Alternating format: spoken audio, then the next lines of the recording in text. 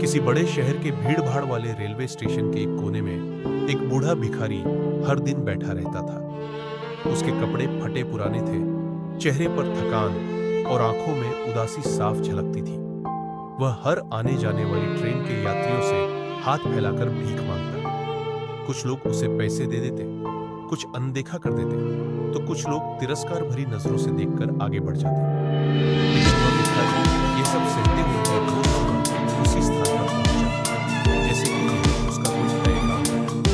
जीवन की कठिनाइयों ने उसे हरा कर दिया था, लेकिन वह जिंदा था और शायद उसी को वो अपनी सबसे बड़ी उपलब्धि मानता था। एक अनोखी मुलाकात हुई जब वह रोज की तरह प्लेटफॉर्म पर भीख मांग रहा था। तभी एक लंबा सा आदमी जो सूट बूट में सज-धज कर खड़ा था, उसे दिखा। वह आदमी बहुत ही अलग नजर आ रहा था, आत्मविश्वासी, शांत और गंभीर। भिखारी ने सोचा, ये तो बहुत अमीर लगता है, इससे भीख मांगूंगा तो कुछ अच्छा मिल जाएगा। भिखारी झट से उसके पास पहुंचा और हाथ फैलाकर बोला, साहब कुछ दे दीजिए। लंबे आदमी ने भिखारी की ओर देखा, कुछ पल खामोश रहा और फिर बोला, "तुम हमेशा मांगते हो, क्या कभी किसी को कुछ दिया है?" भिखारी चौंका। ऐसा सवाल उसने कभी किसी ने नहीं किया। उसने धीमी आवाज में जवाब दिया, साहब मैं तो एक भिखारी हूं, मेरी क्या औकात है किसी को कुछ दे सकूं। लंबा आदमी मुस्कुराया और बोला, अगर तुम्हारे पास देने को कुछ नहीं है तो मांगने का भी हक नहीं है। मैं एक व्यापारी हूं और लेन देन में ही विश्वास करता हूं। अगर तुम मुझे कुछ दे सको तभी मैं तुम्हें कुछ दे सकता हूं।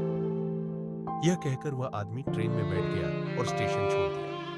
एक सोच जो दिल में उतर गई। भिखारी उस अजनबी के शब्दों को बार बार सोचता रहा, अगर कुछ देने की औकात नहीं तो मांगने का हक नहीं। ये शब्द उसके दिमाग में ही गहरे उतरे। उसे यह बात चुभ गई और सोचने पर मजबूर भी कर दी। वह खुद से सवाल किया, क्या वाकई में कुछ भी देने लायक नहीं है? लेकिन अगर ऐसा है तो मैं रोज भीख कैसे मांगूं?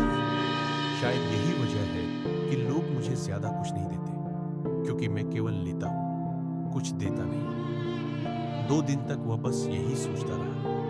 तीसरे दिन सुबह स्टेशन के पास बैठा तो उसकी नजर एक छोटे से फूलों के पौधे पर पड़ी। कुछ सुंदर फूल उसमें खिले थे। पहली बार उसके चेहरे पर हल्की सी मुस्कान आई। उसने सोचा, क्या मैं इन फूलों को तोड़कर लोगों को दे सकता हूं?